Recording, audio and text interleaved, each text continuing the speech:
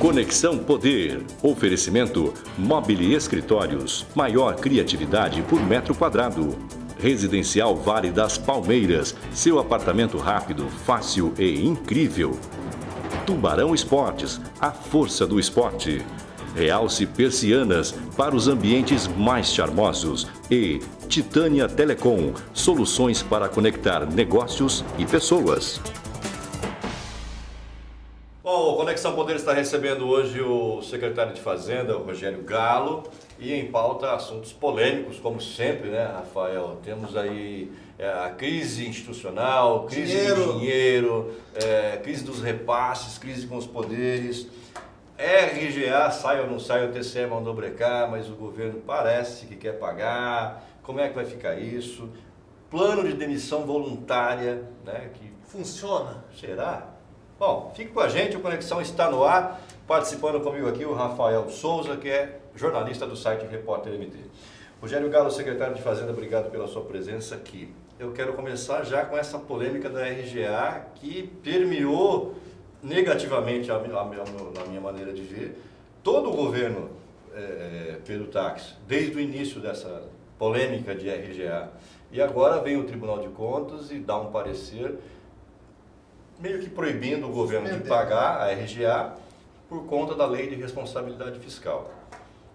O governo já recorreu, o TCE manteve essa semana de novo o parecer negando que o governo pague, pedindo para suspender. Como é que fica o servidor, como é que é a posição do governo e o que você, como secretário de Fazenda, pretende fazer para desviar desse obstáculo todo e não gerar mais uma crise para o governo em final de governo e véspera de eleição, Galo? Nos surpreendeu também porque foi uma lei já aprovada no ano passado, em 2017. Naquele momento nós tínhamos os índices de gastos com o pessoal na LRF, né, na Lei de Responsabilidade Fiscal, dentro dos limites que permitiam a aprovação desta reposição geral anual de 2017 e de 2018, mas a decisão do tribunal ela veio, né, num sentido que é importante deixar claro à sociedade. Foi uma representação de natureza interna, quer dizer, da equipe técnica do Tribunal de Contas, que atua junto com o conselheiro Isaías. O conselheiro Isaías é o relator das contas de governo de 2018, quer dizer, é ele quem vai, no ano que vem, julgar as contas de governo para verificar se o governador cumpriu com os índices que estão colocados de investimento em educação, de gastos em saúde, também e verificar o cumprimento dos requisitos lá da Lei de Responsabilidade Fiscal. Dentre eles, o principal deles é o índice de gastos com o pessoal, né? O Estado ele pode gastar até 49% da receita corrente líquida. O Estado, melhor dizer, o Poder Executivo pode gastar até 49% da sua receita corrente líquida com o pessoal. O que acontece? É importante a gente tornar claro, esclarecer, inclusive, eu sei que o site tem uma grande audiência, André, e a gente tem a oportunidade de falar com todos os servidores públicos, né?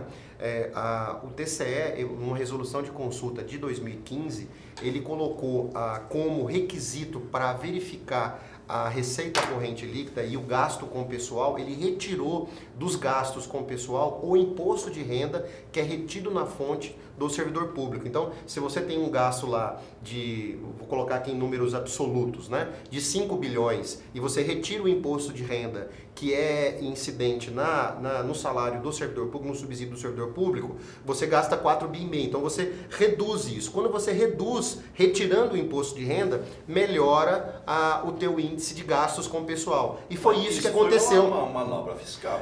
Foi o Tribunal de Contas é um entendimento, porque se entende. Mas se entende, certo, né? Se entende. Aí assim, eu também vou colocar o ponto de vista técnico do Tribunal de Contas em 2015. É importante deixar claro, essa decisão, a decisão do Pleno do Tribunal de Contas em 2015, que decidiu que deve ser retirado de gastos com o pessoal o imposto de renda. E o raciocínio em torno dessa tese é de que é uma receita meramente contábil, porque como pertence ao Estado, o imposto de renda retido na fonte, a Constituição, quer dizer, ele retorna para o Estado, então a receita contábil não chega a ser um gasto com o pessoal. Enfim, porém, isso sai do salário do servidor, né? O servidor tinha direito de receber 10, ele incidiu 27,5, ele recebeu 7. Então, assim, de fato, acaba sendo um gasto com o pessoal. Isso é adotado pelo país inteiro. Inclusive, está no Manual de Contabilidade Pública da Secretaria do Tesouro Nacional, que exige que se coloque como gasto com o pessoal o imposto de renda. Então, o Brasil e aí a Secretaria do Tesouro Nacional tem um posicionamento divergente ao nosso Tribunal de Contas. E o que aconteceu esse ano? O conselheiro Isaías, ele, além de pedir a revisão de tese, quer dizer, para rediscutir essa matéria, para voltar o imposto de renda para os gastos de pessoal, e isso aumenta o nosso índice lá, que é os 49%, ele passa a 55%, André. O que nós estamos em 47%, hoje, segundo o critério vigente do Tribunal de Contas, nós estaremos em 47,6% no prudencial, o que permite o pagamento da RGA. No entendimento anterior, se faz-se a revisão da tese e aplica o entendimento do Manual de Contabilidade Pública da Secretaria do Tesouro Nacional, o Poder Executivo passa a um índice de gastos com pessoal de 55% da receita corrente líquida. Então, com base nisso, como o tribunal, nessa nova configuração, né, com os conselheiros interinos, né, com os auditores, né, concursados, eles entendem que, tecnicamente, pode ser feita uma revisão desse entendimento, dessa revisão. 55% da receita corrente líquida de gastos com o pessoal, isso quebra o Estado. Qualquer empresa quebra, se tiver isso. Esse é um ponto. Então, assim, para tornar claro ao cidadão e ao servidor público, o que está por trás dessa decisão é esse entendimento do Tribunal de Contas de que deve ser revista essa tese que foi firmada em 2015, e em sendo revista, não seria possível pagar a RGA, porque nós excederíamos os 49%. Passaríamos, então, a 55%. E quando você excede ao limite de gastos com pessoal, você não pode fazer absolutamente nenhum aumento, dar nenhuma vantagem e, sobretudo, você também não pode dar a reposição geral anual. Então, como nós temos que pagar ainda esse ano, em setembro, 2%, em outubro mais 2% e em dezembro mais 2%, seriam 6%, e outros 2% de revisão pelo não pagamento no prazo correto nos anos anteriores, mais 2%, nós teríamos ainda esse ano mais 8%. O que o tribunal suspendeu foi a implantação em folha desses 8%. Até 8% na folha do Estado vai dar em torno de 50 milhões mais ou menos. 50 milhões no ano que vem seria algo em torno de R$1 bilhão. Em 2019, o impacto seria... 50 milhões por mês, eu estou falando. Isso. 50 milhões por mês na folha. São 600 milhões. São 600 milhões, 8%. 48 milhões, 50 milhões, enfim. E aí você tem os impactos. Aí você tem contribuição previdenciária, você tem os encargos também, né? Chega a 1 bilhão porque você tem os encargos. Tem a contribuição previdenciária patronal, que são os encargos que decorrem também. As pessoas falam, mas só 2% faz um strike, hein? Mas de todo modo está na lei, o governo ainda não foi intimado, isso foi feito no âmbito cautelar, o governo vai ser intimado, notificado, nós iremos nos manifestar a respeito desse tema, né, fazendo os estudos técnicos pela Secretaria de Fazenda, pela SEGES e pela Procuradoria-Geral do Estado com a Controladoria, levaremos isso ao Tribunal de Contas para que no final seja tomada a decisão. Enquanto isso, o Tribunal faz análise do julgamento da tese, porque também tem da tese que eu menciono, se coloca ou não o imposto de renda no gasto com o pessoal. Porque tem um aspecto que é fundamental. O governador, quando praticou esse ato lá em 2017, estava sob vigência um outro entendimento. Então, assim, não pode se punir o gestor, né, se ele cumpriu com aquele entendimento que estava previsto pelo Tribunal de Contas. Deixa eu ver se eu entendi. E aí nós temos que separar, isso é importante deixar claro, a figura do gestor da figura do Estado, né? Aí, nesse aspecto, tem que deixar claro, o gestor cumpriu com os entendimentos que estavam vigentes naquele momento. Se houve uma alteração, não se pode punir o gestor, mas o Estado tem que adotar as medidas e as sanções que são aplicadas aí para quando o ente excede o limite de gastos previsto na Lei de Responsabilidade Fiscal. Deixa eu entender aqui. Essa RGA teria que ser paga a primeira parcela em setembro. Nós estamos nós pagamos uma em abril já. Então, nós a pagamos próxima é em setembro. A próxima seria em setembro. Nós estamos em maio. Ele suspendeu por agora, o que não quer dizer que em setembro, de repente, o governo não possa pagar.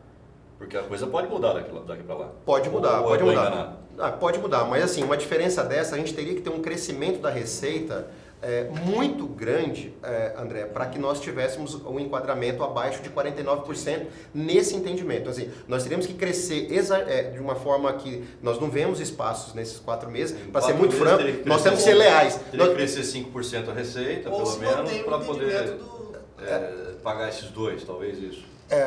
Até mais. Uma conta de padaria seria algo relativamente a isso. Nós teríamos que subir aí a receita em 2 bilhões de reais para que nós tivéssemos aí esse espaço fiscal para poder suportar o pagamento dessa RGA. E a gente sabe que os trabalhos que nós temos feito, nós temos melhorado a receita, passamos por um momento de crise em 2016, a partir de 2015, mas em 16 e em 17, e agora nós estamos à retomada, estamos fazendo uma fiscalização muito firme nos grandes sonegadores do Estado.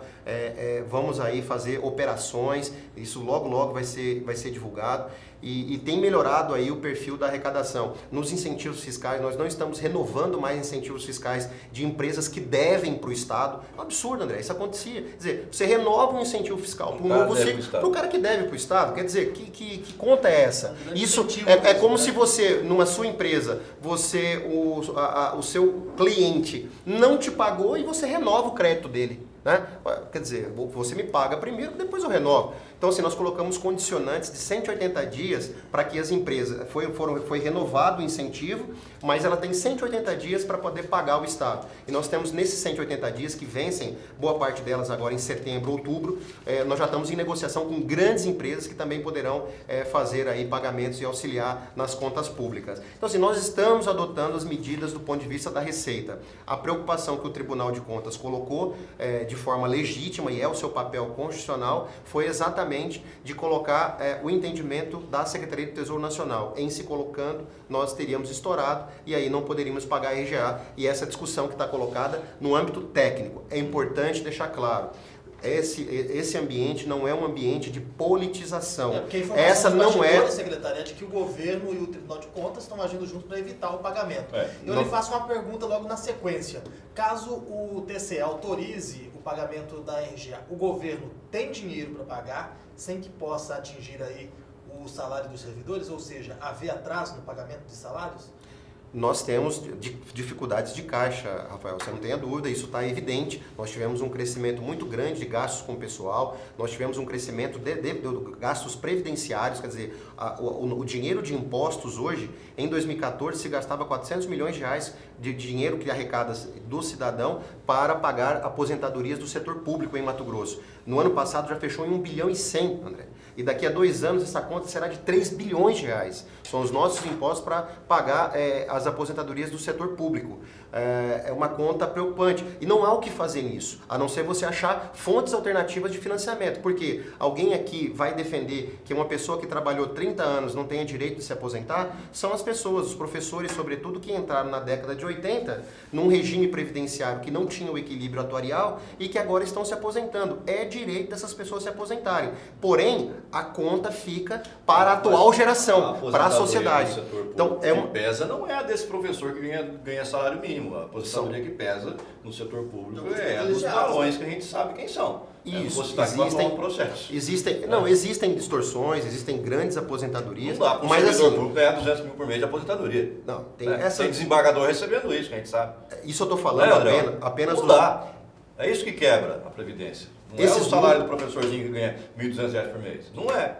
Esses números só eu estou falando do Poder Executivo. Agora, é óbvio que existem distorções e uma lei estadual, a Lei 560, ela estabelece que todos os poderes devem estar num só regime previdenciário. Na verdade, tudo sai de um lugar só, que é do bolso. Do bolso sai do caixa do governo. A gente fala, mas a aposentadoria do judiciário, mas quem banca o judiciário é o governo do Estado, é o executivo. Você tem que repassar os milhões deles todo mês, senão eles não têm aquela mordomia toda lá. Esse debate, André, que nós estamos fazendo aqui, é o debate da sustentabilidade fiscal. É o equilíbrio entre as receitas e as despesas. Não há no país, não há em Mato Grosso e em Cuiabá um debate mais importante do que esse. Que a gente tenha um sistema tributário, né, e um sistema de políticas públicas que seja justo, que a gente diminua as desigualdades.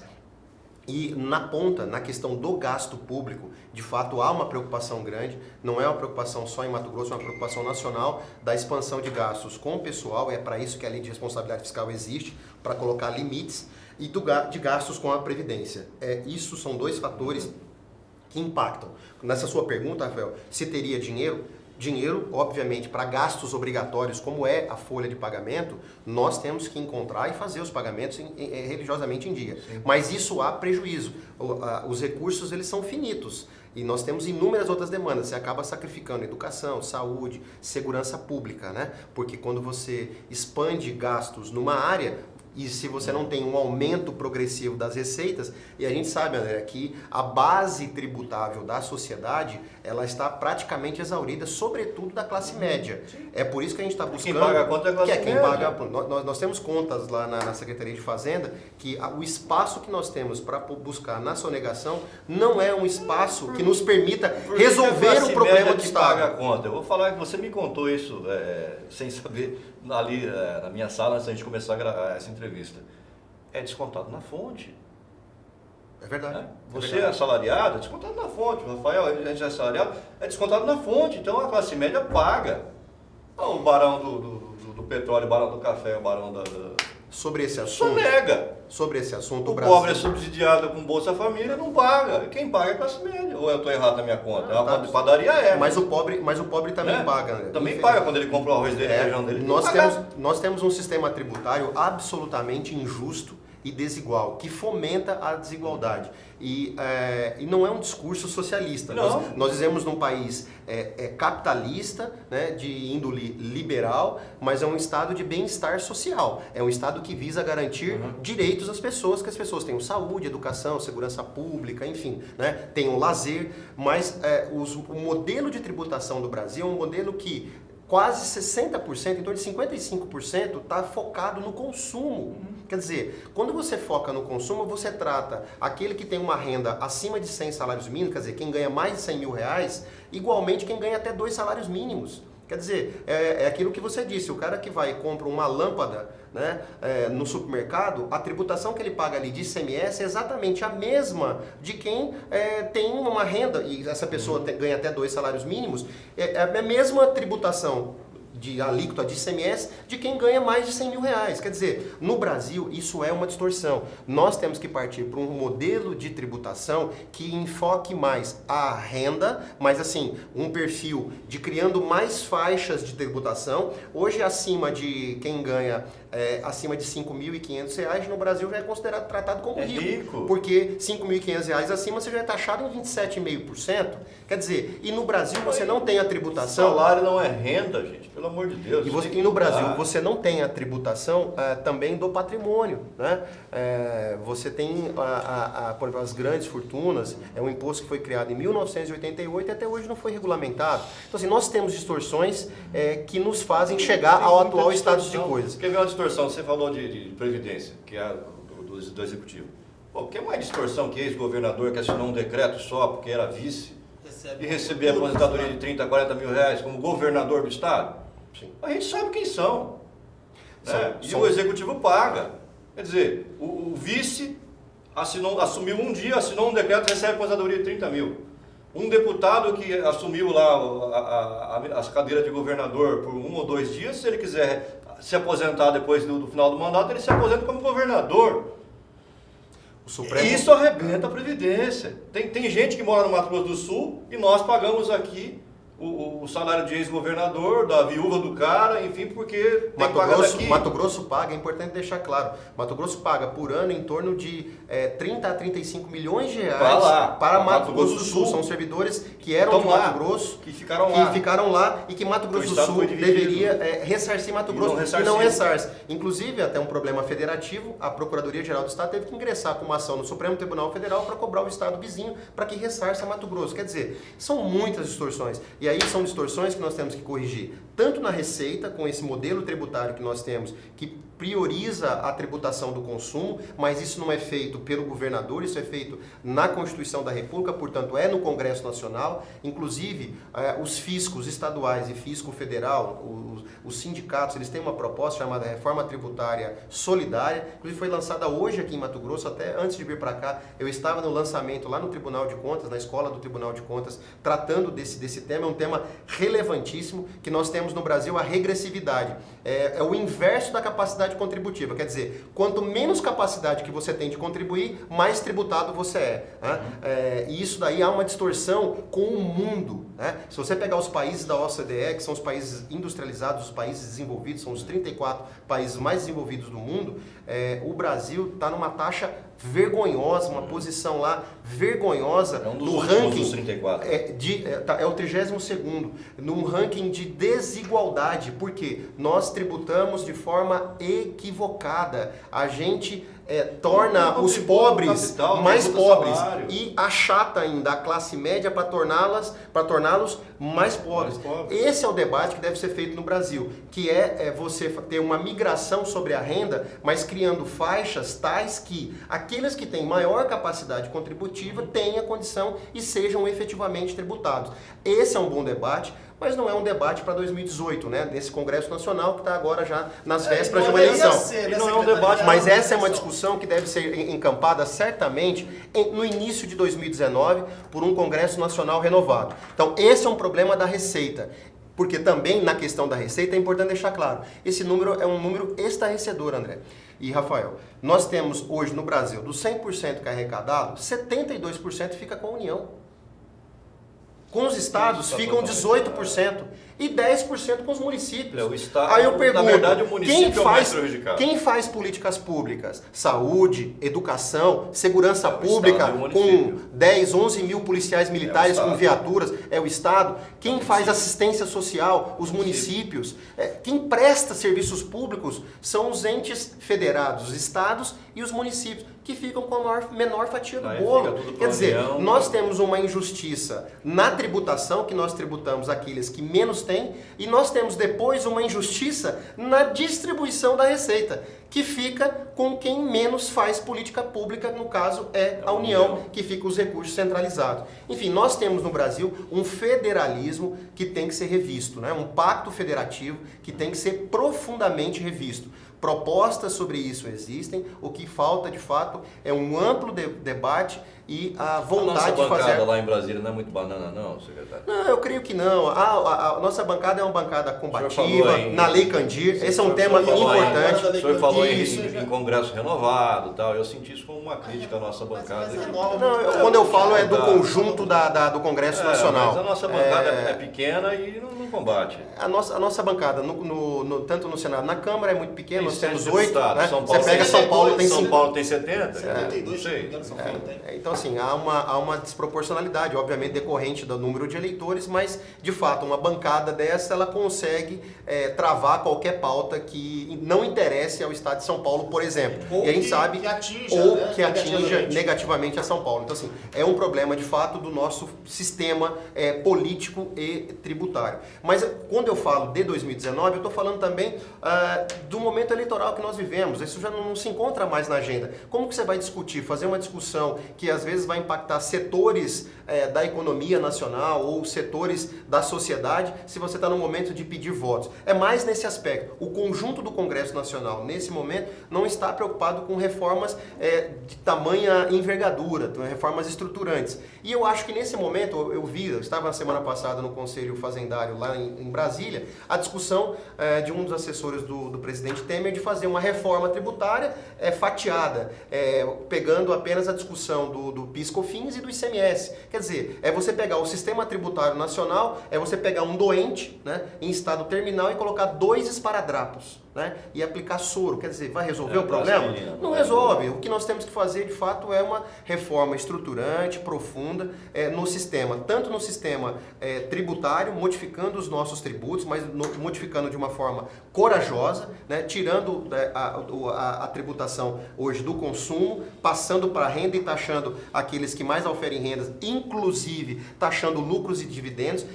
André, você sabia que o Brasil é isento a lucros e dividendos? No Brasil é zero de imposto que incide, de imposto de renda. Sabe quantos países no mundo fazem isso, Rafael? 2. O Brasil e a gloriosa Estônia. Você imagina que deva ter curiosidade nas suas férias de visitar a Estônia, né? Então, assim, veja, todos os países da OCDE, os países industrializados, os países europeus, né, da Europa Ocidental, a América do Norte, os países asiáticos, né? Todos eles tributam os lucros e os dividendos. Não sei se você viu recentemente, o Trump aprovou lá um projeto para diminuir os impostos das 400 maiores fortunas dos Estados Unidos. Isso saiu no New York Times, inclusive a dele incluída. E o Bill Gates, né, o Warren Buffett, que é um dos homens mais ricos do mundo, a família Rockefeller, eles foram contrários, André. Eles foram contrários à redução que estava proposta pelo Trump. Por quê? O sistema capitalista, ele se retroalimenta exatamente em você fazendo uma distribuição da riqueza. A tese era a seguinte: se você tem um dinheiro que você não tributa e, portanto, não distribui com a sociedade, porque quando você distribui, faz uma arrecadação para o Estado e o Estado coloca isso na sociedade, isso vira consumo de novo, fomenta a roda do capitalismo. E a tese deles é exatamente essa. Eu não posso ficar mais com dinheiro, porque eu já produzo aqui pelas minhas empresas os bens em caráter finito. O que eu vou fazer? Vou vender para quem? O que eu vou fazer? Se eu não for tributado, eu vou passar a poupar mais dinheiro. Eu vou tirar dinheiro do sistema e colocar em poupança. Isso daí não gira no capitalismo. Então, assim, é um fundamento da própria economia, que o dinheiro ele tem que circular. Então, veja, é a roda da fortuna. É a roda da fortuna que deve ser circulada. E no Brasil, infelizmente, em função destas distorções, ela não circula. Tá certo. Vamos fazer um intervalo. Eu quero deixar perguntas no ar. Você tem alguma pergunta para deixar no ar, Rafael? Eu tenho as dívidas com os poderes. Dívida com os poderes. Bom, tem dívida com os poderes. O senhor falou aí em taxar grandes fortunas. A gente sabe que tem grandes barões do campo que devem mais de 1 bilhão para o Estado, que sonegaram esse 1 bilhão. Como é que não a Secretaria de Fazenda, mas a Delegacia Fazendária está tentando reaver esse dinheiro? E vamos deixar também a questão da demissão voluntária que o governo está propondo, né, para servidores públicos. Isso funciona. Funciona? Será? Corta de moto, já voltamos.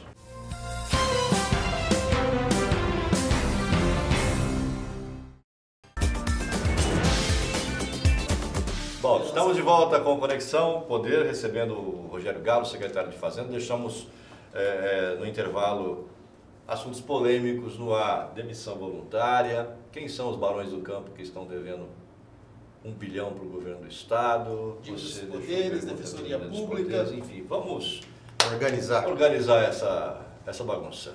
Começamos por onde? Plano de demissão voluntária de servidores públicos, isso funciona? Está em curso essa proposta.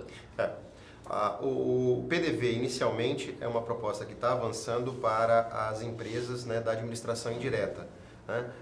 MTI, Empaer, é bom deixar claro. MTI é voluntário, é o antigo Cepromate. Cepromete. É voluntário, né? Então, assim, não é algo que o governo vai impor ao servidor. É voluntário, ele adere se para ele for interessante. Mas nós identificamos que no setor da administração indireta, que são regidos pela CLT, são empregados públicos, né, haveria o interesse em a gente reduzir. Primeiro, uma necessidade de reduzir o tamanho em algumas empresas da máquina, né, e isso é necessário, e também para reduzir os gastos que nós teríamos ao longo do tempo. A ideia, o governo, você pode perguntar, mas Galo, se o governo está com dificuldade para pagar o salário hoje, como é que ele vai pagar indenizações? A ideia, André e Rafael, o objetivo aí é o seguinte, que nós paguemos a indenização mantendo na folha. Por exemplo, se uma pessoa tiver o direito à indenização de R$500 mil e ela ganha R$15 mil ao mês e R$180 mil ao ano, ela continuaria, ela se desligaria, ficaria desfeito o vínculo dela com o Estado e continuaria a receber o salário não como salário, e sim como indenização pela adesão ao PDV. E aí ela receberia até completar o valor de R$500 mil. Então, mas ela poderia já abrir a sua empresa, fazer uma atividade, iniciar uma atividade privada, seja qual for, no âmbito liberal, no âmbito de uma profissão liberal. Enfim, ela ficaria livre para traçar aí o seu caminho profissional, livre das amarras do poder público. Então, o Estado ele continuaria com o mesmo impacto que tem hoje na folha e se livraria disso ao longo de 3, 4, 5 anos. Aí, quando surgiu essa ideia para a administração indireta, nós também resolvemos fazer um estudo, e ainda está no campo do estudo, um plano de demissão voluntária também para os servidores públicos da administração direta. Obviamente que aprovando uma lei na Assembleia que preveja os requisitos, mas com esse mesmo conceito, que aquele servidor público que assim interessar, ele possa também aderir voluntariamente ao PDV e aí ele ter o seu desligamento do poder público mediante uma indenização a ser paga exatamente pelo valor que ele recebe mensalmente por um número de meses suficiente para indenizar o valor que ele tem direito. Então, o raciocínio é esse. Existem carreiras, e eu já recebi... Você veja, quando eu falei isso pela primeira vez... Funciona, secretário? Funciona. O senhor é um funcionário de carreira do Estado. O senhor é concursado da Procuradoria-Geral do Estado.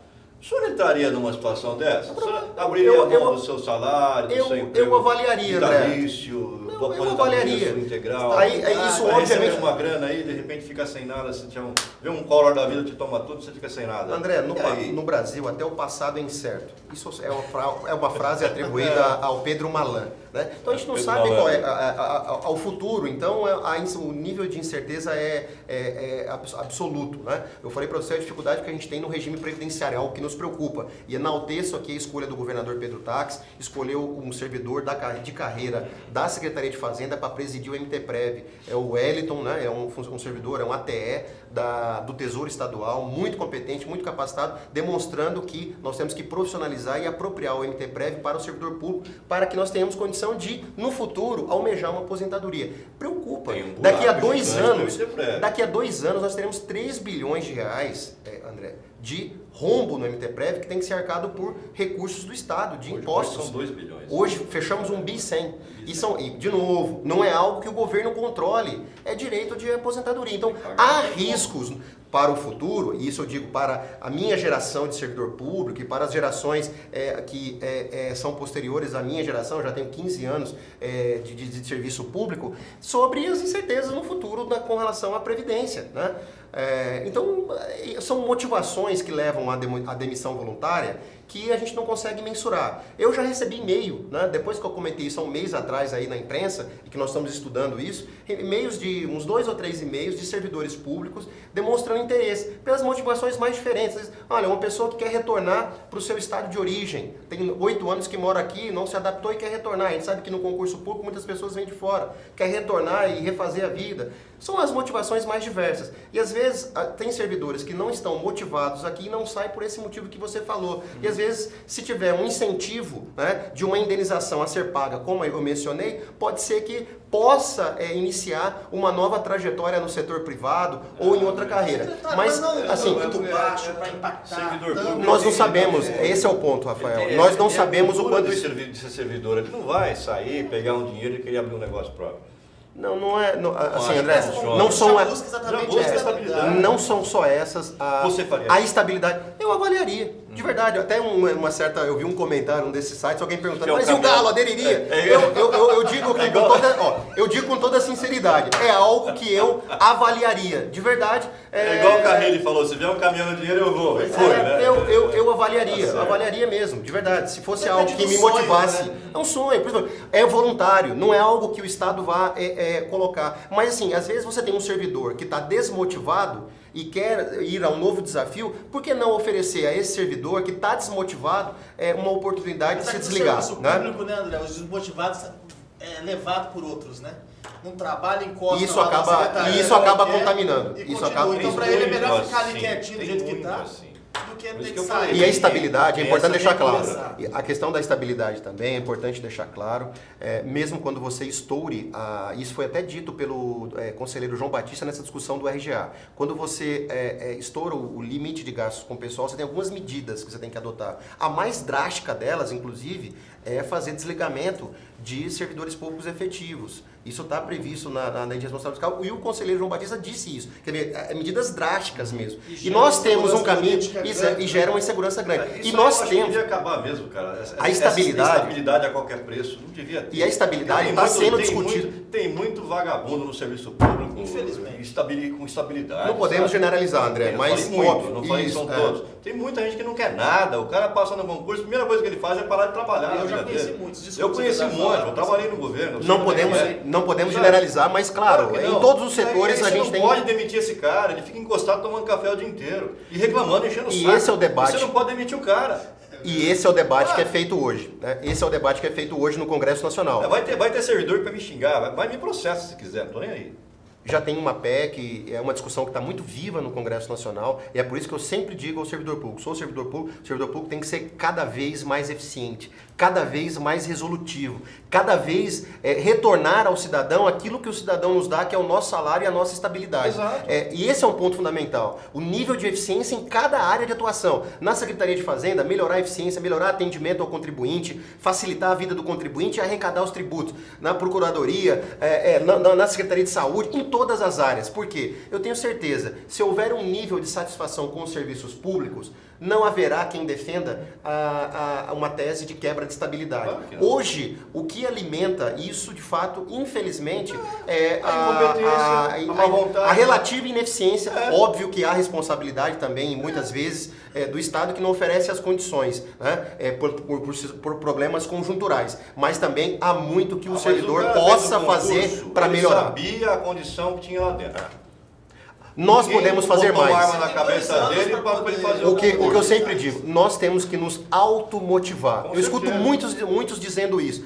Mas assim, o meu chefe não me motiva.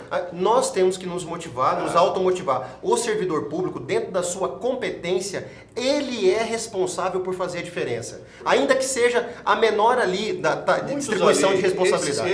Essa turminha aí da vagabundagem que eu citei, eles pensam assim, o que é público não é de ninguém. O dinheiro do Estado dá em árvore, né? O que é público, servidor público, é servidor do povo.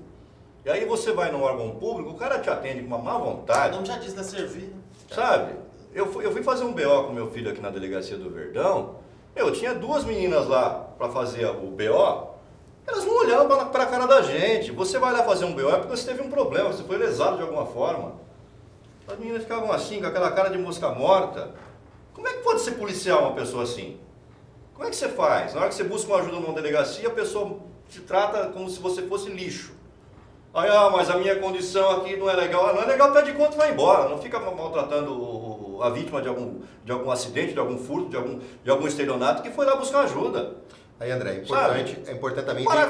Hoje nós temos os canais de ouvidorias, né? A gente tem também os mecanismos. Nós temos os mecanismos. Não, mas o ouvidor não ouve nada.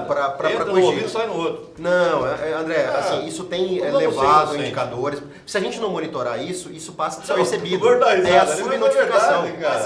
É a subnotificação. É importante deixar claro, se nós não fizermos isso, é a mesma coisa, uma pessoa que fica doente de dengue, né, ou de qualquer outra doença e não faz a notificação nos postos de saúde. Fica subnotificado, aquilo não é conhecido, não é conhecido pelo setor público e não há política pública para aquilo, não há investimento na hora que vai distribuir os recursos. Então assim, nós temos responsabilidade como cidadãos de levar ao conhecimento das autoridades responsáveis pelos canais das ouvidorias se algum atendimento não foi adequado. Mas eu faço essa exortação. É importante, o servidor público, nós temos que dar melhores respostas à sociedade. Esse é um ponto fundamental. Nós somos responsáveis pela melhoria do atendimento que há no serviço público e nas políticas públicas. Muito é feito pelos servidores públicos, mas é possível fazer mais. Esse é um desafio aí e eu tenho certeza que nós temos condição de melhorar e melhorar muito. Perfeito. E outra, já estão falando em greve pela suposta suspensão, pela ordem de suspensão do TCE, da RGA, já estão falando em greve.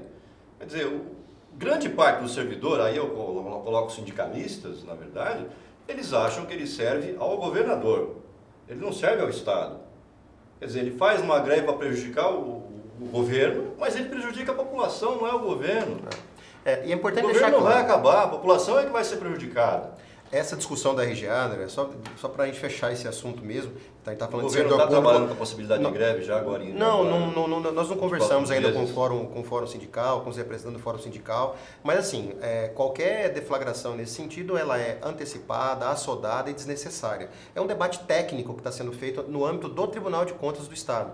Ali é a sede adequada. É a mesma coisa, se você tem uma decisão do judiciário, você iniciar um movimento, fazer greve de fome, vai resolver o problema? Não vai. Você tem que apresentar a tua defesa, colocar os seus argumentos e obter a decisão final. Então, assim, veja, o que eu menciono nisso é chamar para o diálogo. Eu vi já agora há pouco lá na tribuna da Assembleia alguns deputados fazendo um discurso, né, de oposição, discursos que são populistas, né, só para agradar aí os servidores públicos. O debate deve ser feito, é um debate não de confrontar o Tribunal de Contas, é um debate que tem que ser feito para mostrar as posições técnicas no processo. E nós vamos ter as oportunidades de fazer isso. É a oportunidade de o Estado apresentar defesa, o governo apresentar defesa. Alguns sindicatos já pediram para entrar como o amicus curiae, né? Que é o amigo da corte, para também colocar as suas posições. Eu acho que esse é o debate, essa é a trincheira. É o debate respeitoso, republicano e constitucional dentro do devido processo legal lá na Corte de Contas.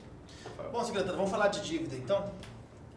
535 milhões, o senhor me corrija se eu não tiver atualizado, em dívida com os poderes. Aí tem uma decisão do STF em relação à Defensoria Pública, um pagamento aí em torno de 11 milhões de reais. Primeiramente, vou fazer uma pergunta que eu fiz em relação ao RGA. O governo tem condições de bancar esse valor? E outra coisa, essa decisão não abre precedente para os outros poderes também entrar na justiça e garantir esse pagamento? E, com certeza, o governo ter fortes dificuldades para honrar tanto o salário quanto também os novos repasses dos anos seguintes. Rafael, você fez uma pergunta fundamental, uma pergunta do momento, né, muito atual e muito relevante para o cidadão, né, e para o Estado. Em relação a duodécimos, ficaram de fato em débito de 2016 2017 algo em torno de 500 milhões de reais, 300 milhões em 2016 e 200 milhões em 2017. Foi porque o governador quis?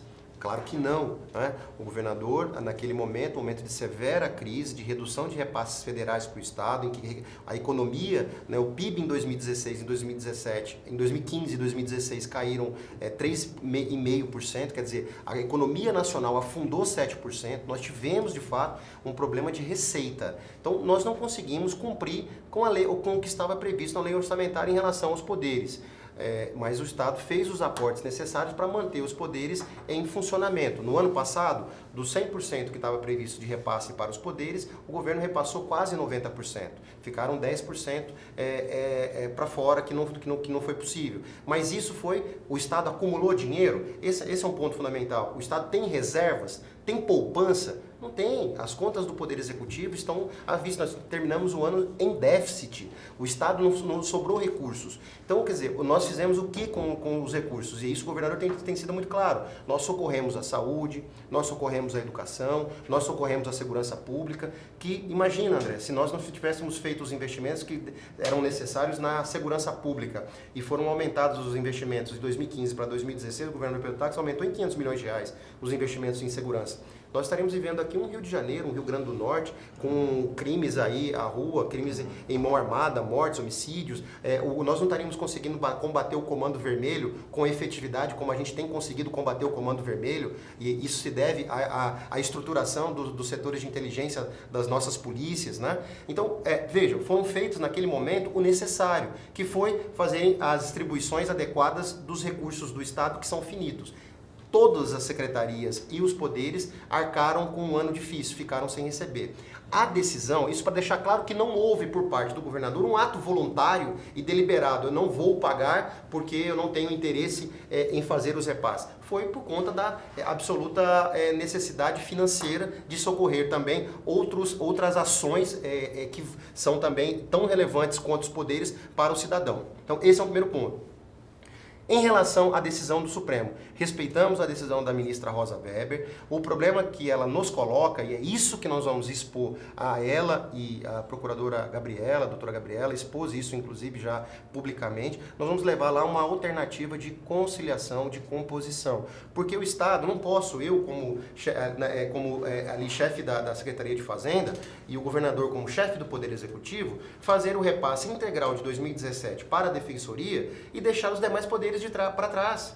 Porque as mesmas necessidades que a Defensoria tem, são as necessidades que o Judiciário tem, que o Ministério Público tem, que o Tribunal tem, que os demais poderes também têm. E há esse sentimento já. Olha, se a Defensoria receber, os demais poderes têm que receber. Então, o problema da Defensoria de 12 milhões de reais não é só da Defensoria, é um problema de 200 milhões de reais em 2017. O Estado não tem esses recursos. Se o Estado priorizar e fizer, vamos fazer esse pagamento, nós vamos deixar de fora, Rafael e André, nós vamos ter que fazer cortes na saúde, cortes na educação, cortes na segurança pública. É eliminar em outras áreas que são essenciais.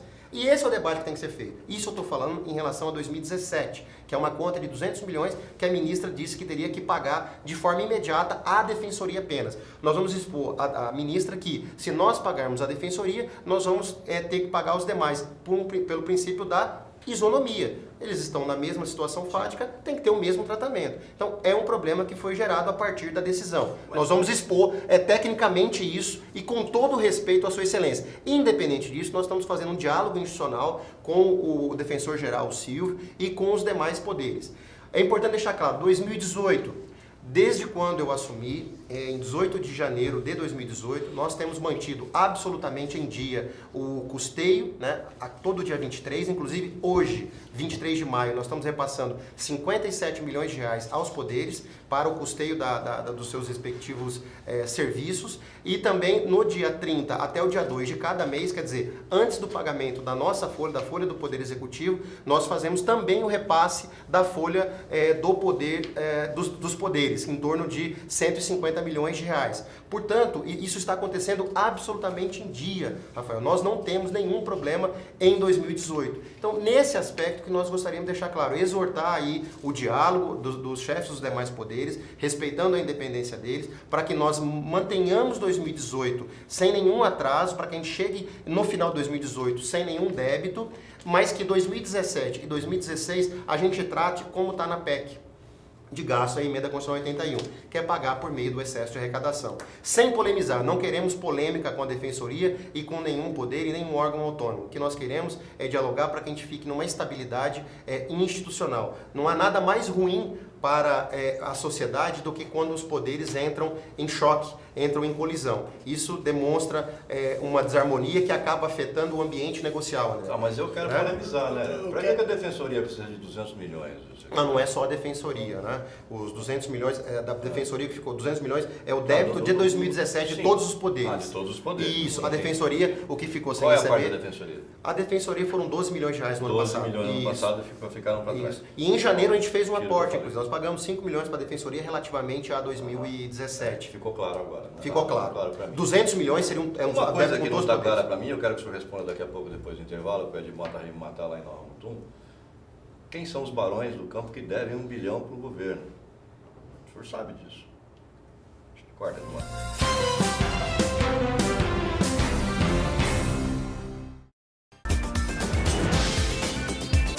Estamos de volta com o Rogério Galo no Conexão Poder. Deixei perguntas polêmicas aí no intervalo, secretário.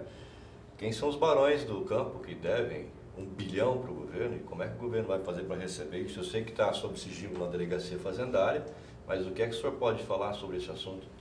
Foi identificado num trabalho de inteligência da Secretaria de Fazenda, do Núcleo de Inteligência Fiscal da Secretaria de Fazenda, um problema de sonegação de ICMS e também de FETAB, no momento em que alguns produtores rurais eles tramitavam por empresas que não eram idôneas, né?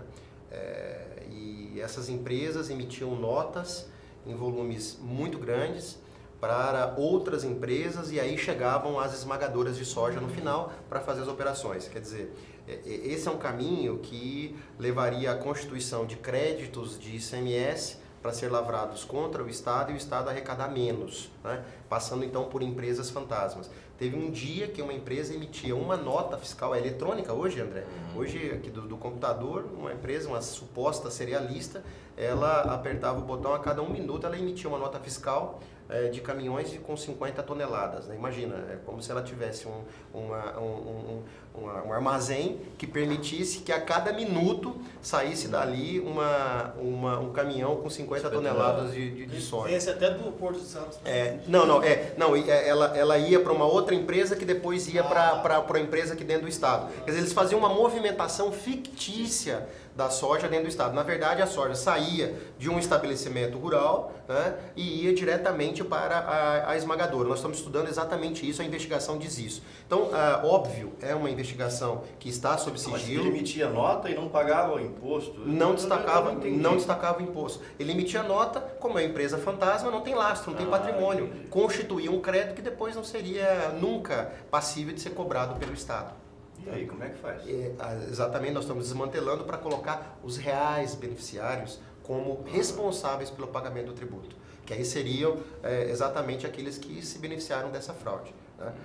E é aí que a investigação... Tem gente grande ligada ao agronegócio? Não, é do setor do agronegócio. Basicamente, isso aí foi uma operação derivada da soja. Né? Então, assim, eu não tenho os nomes, de verdade, é uma operação que está sob sigilo, mas é uma operação que é muito grande, envolve muita gente e envolveu aí também a perda de recursos públicos. A DeFi citou barões do campo.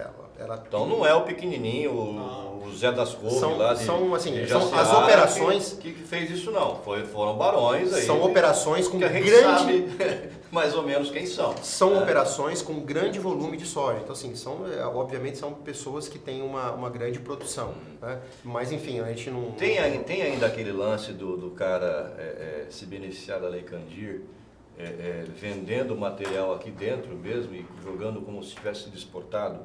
Existe uma denúncia na Cefaz sobre isso, hoje exportação fantasma. Acho isso, né? Nós temos muitas perdas com a desoneração pela Lei Candir, né?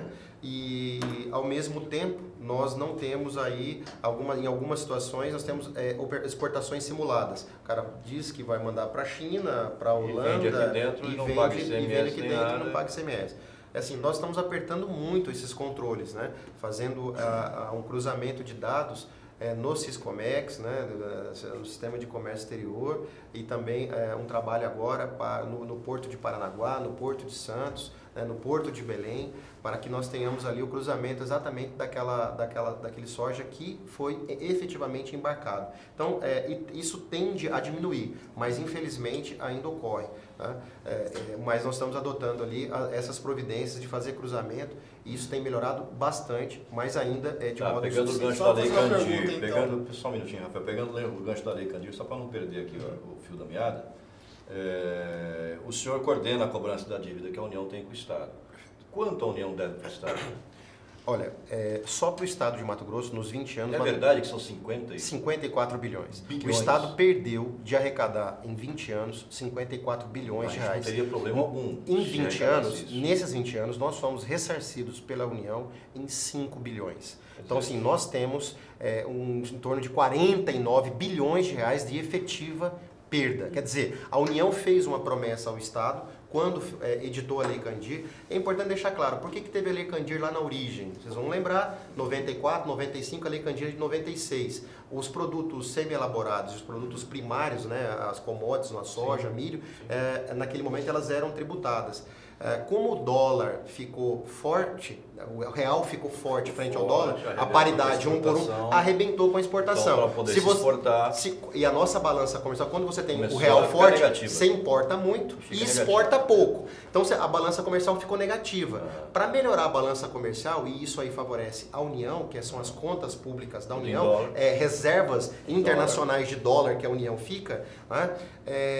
Para fazer isso houve a Lei Candir. E houve uma promessa. Olha, nós vamos desonerar também o ICMS nas exportações, exportações, isso vai melhorar a balança comercial, mas nós vamos recompor, né? Tem lá já, iria ser criado um fundo e haveria a recomposição. A verdade é que essa promessa, infelizmente, ficou apenas numa vã promessa. O Estado hoje o Estado arrecadar 2, 3 bilhões por ano e recebe aí 400 bilhões. O Estado deixa de arrecadar em torno de 4 a 5 bilhões por ano. E aí recebe 400 de pires na mão. Nós temos 1 bilhão e 900 para ser repartido entre 27 estados. O Mato Grosso recebe aí em torno de 30 milhões de reais por ano, que é fixo, que está no orçamento da União. É em torno de 3 milhões de reais por mês. E aí tem o FEX, que é 1,9 bilhões, que dá os 3, o FEX, que vem na última semana do ano e o governo federal entende isso como uma liberalidade. Eu lidero um grupo de secretários de Fazenda. Tem que implorar para receber. Implorar. 400 milhões no ano passado. Foi 400 milhões. Mato Grosso, junto com Minas Gerais, Pará e o Rio Grande do Sul, são responsáveis pela perda de 50% de ICMS. Então, quer dizer, dos 50 bilhões que se perde, 25 bilhões estão nesses 4 estados. Então, nós, inclusive, fiz um trabalho lá representando o secretário de Fazenda, já na Frente Parlamentar da Agropecuária e também na Comissão Mista do Congresso Nacional. Nós conseguimos já aprovar um relatório que vai ser votado agora no plenário da Câmara e do Senado. E por que nós fomos lá? Eu fui à Frente Parlamentar da Agropecuária. Ninguém é mais interessado na manutenção da Lei Candir, André, do que o setor agropecuário, que é quem hoje sustenta a balança comercial do Brasil. 30% da nossa balança comercial hoje, ela se deve às commodities, ao soja, ao milho que são produzidos, né? E a pecuária. E sustenta a economia de Mato Grosso. Em parte. Nós não somos... falam que não porque ela não paga imposto, mas toda a cadeia produtiva paga. É importante deixar claro, André. Não é só o cara que tem lá nós defendemos... tem muita gente que trabalha no setor que tem que acabar. Eu particularmente defendo a Lei Candir. A Lei Candir ela é importante. O que nós temos que ter é instrumentos de compensação. O Estado não pode ser retirado de uma receita importante e não ser recompensado. É importante deixar claro. Depois da Lei Candir, dos 10 municípios de Mato Grosso com o melhor IDH, que é o Índice de Desenvolvimento Humano e Social, 7 cidades são aquelas que têm como principal fonte da sua economia o agronegócio. Quer dizer que a Lei Candir não ajudou no desenvolvimento humano e social das cidades e do Estado, que tem pescador como fonte de economia também. Agora, isso criou desigualdades regionais. Desespero que está aqui. Isso criou desigualdades regionais. Você criou ilhas de excelência no Estado e o Estado, você tem locais em que há infelizmente, locais em que você tem uma economia muito fragilizada. Então o Estado tem que se fazer mais presente com saúde, com educação. E aí nós precisamos de receita. E para ter receita a gente precisa ser recompensado. Essa é a nossa batalha, nós pretendemos aprovar essa lei até o final de julho no Congresso Nacional. Nós conseguimos colocar inclusive o FEX de 2018 nesse relatório que foi aprovado, nesse projeto de lei complementar que vai começar a tramitar agora na Câmara e no Senado. É uma votação apenas na Câmara e no Senado. E nosso objetivo é votar isso até o final de julho para garantir o FEX de 2018, quer dizer, 400 milhões já no mês de setembro aqui para Mato Grosso, e garantir também no ano que vem pelo menos 1 bilhão e 200 no orçamento da União, o que nos daria em torno de 100, pelo menos 100 milhões de reais por mês para Mato Grosso. Isso aí daria 3 vezes mais do que nós recebemos hoje. Isso seria já uma medida estruturante do ponto de vista da Receita Pública. Se eu terminar a minha gestão na Secretaria de Fazenda com essa lei aprovada, eu já me dou por satisfeito, André, porque essa é uma medida que não é paliativa, não é um curativo numa ferida grande. Isso é algo estruturante que coloca, de fato, a economia do Estado nos trilhos. O senhor falou que defende a Lei Candir, mas há uma corrente muito forte no próprio governo querendo taxar o agronegócio. Qual é a tua opinião sobre isso? A taxação do agronegócio existe exatamente em função de nós não termos a recompensação por parte do governo federal. Eu disse isso claramente à ProSoja, à AMPA, dentro da FAMATO, né, no Fórum Agro. Eu falei, olha, o fato da União não nos recompensar os estados exportadores de commodities, de produtos primários, faz com que existam correntes dentro desses estados que defendam a taxação do agronegócio. Mato Grosso do Sul, André, já fez isso.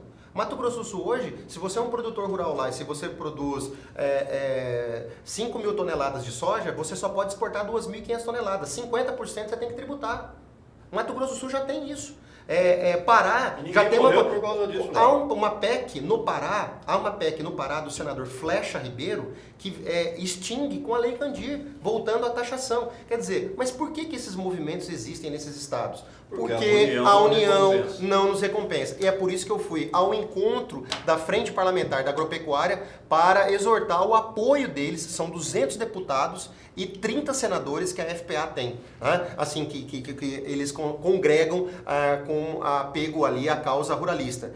E nós colocamos essa demanda para a presidente Tereza Cristina. Na terça-feira passada, eu estive em Brasília numa reunião lá e ficou ajustado que eles entrariam nesse debate agora na Câmara e no Senado para que aprovem um projeto que seja sancionado pelo presidente da República e que garanta a Mato Grosso, de novo, pelo menos 100 milhões de reais por mês. Eu tenho certeza, quando isso ocorrer, não haverá mais discussão de taxação. Por quê?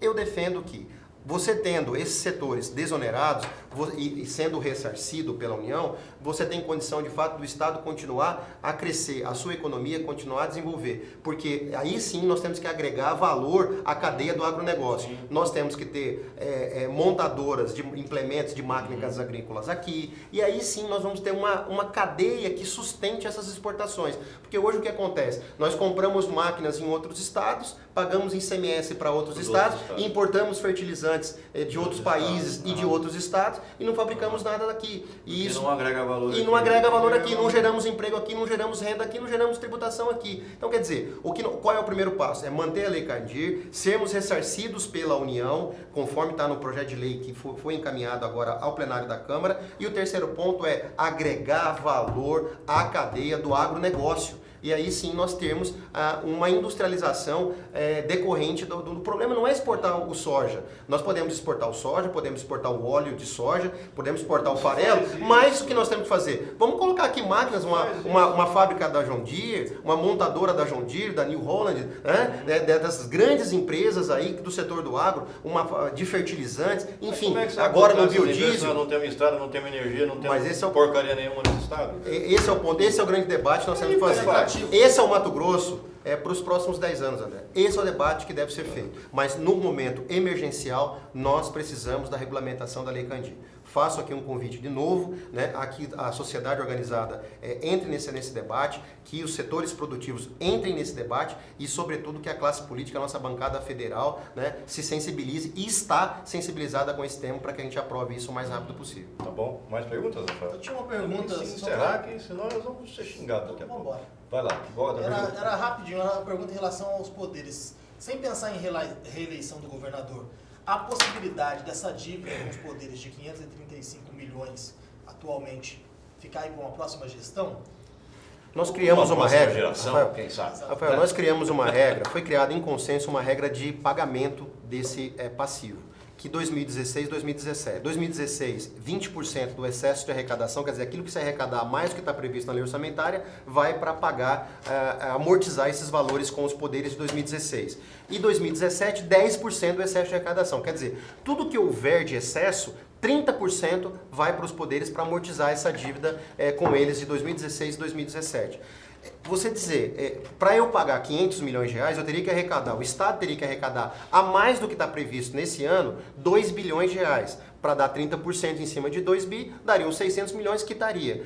Não é provável que isso ocorra. Pode ocorrer? Até pode, se nós tivermos uma receita, aí, um repasse extraordinário da União, se a Lei Candir de repente for regulamentada, enfim, fatos extraordinários que não estão na nossa programação. Agora, óbvio, a gente começa a amortizar esse ano com o excesso que for possível aferir, os 30% vai servir para pagar. Essa é uma regra que vai ficar para o Estado, independe do governante, né? Seja que governo for, o excesso de arrecadação, um percentual dele servirá ao pagamento dos poderes. Eu tenho que encerrar, mas eu não posso deixar de fazer mais uma pergunta. Vou dar uma pau na coelhada. Uma pau na coelhada.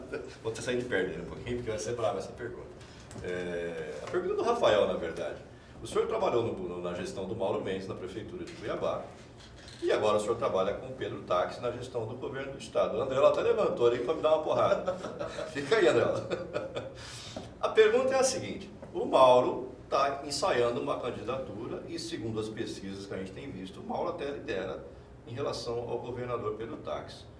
Caso o Mauro seja candidato, se eleja governador, o senhor continuaria num possível governo dele? E, emendando a pergunta do Rafael, com quem o senhor gostou mais de trabalhar? Quem tem mais competência? Mauro Mendes ou Pedro Taques? Saia justo agora para você. Eu não tenho bola de cristal, eu sou um servidor de carreira, eu espero cumprir a minha missão ali na Secretaria de Fazenda até quando o governador quiser ou até 31 de dezembro de 2018. É o meu objetivo depois voltar para as minhas funções na Procuradoria-Geral do Estado. Sou um servidor de carreira e contribuirei certamente, seja que governante for, assim como foi no passado, nos meus 15 anos já de atividade na Procuradoria. Né? É óbvio que estou no governo do governador Pedro Taques, o governador é pré-candidato, aí tem colocado, né, a reeleição, e por tudo que o Pedro fez, ele merece ser de fato recolocado aí, pelo menos colocar a sua pré-candidatura a suceder a si próprio, né? Por conta de toda a dificuldade. Que é a tese da reeleição.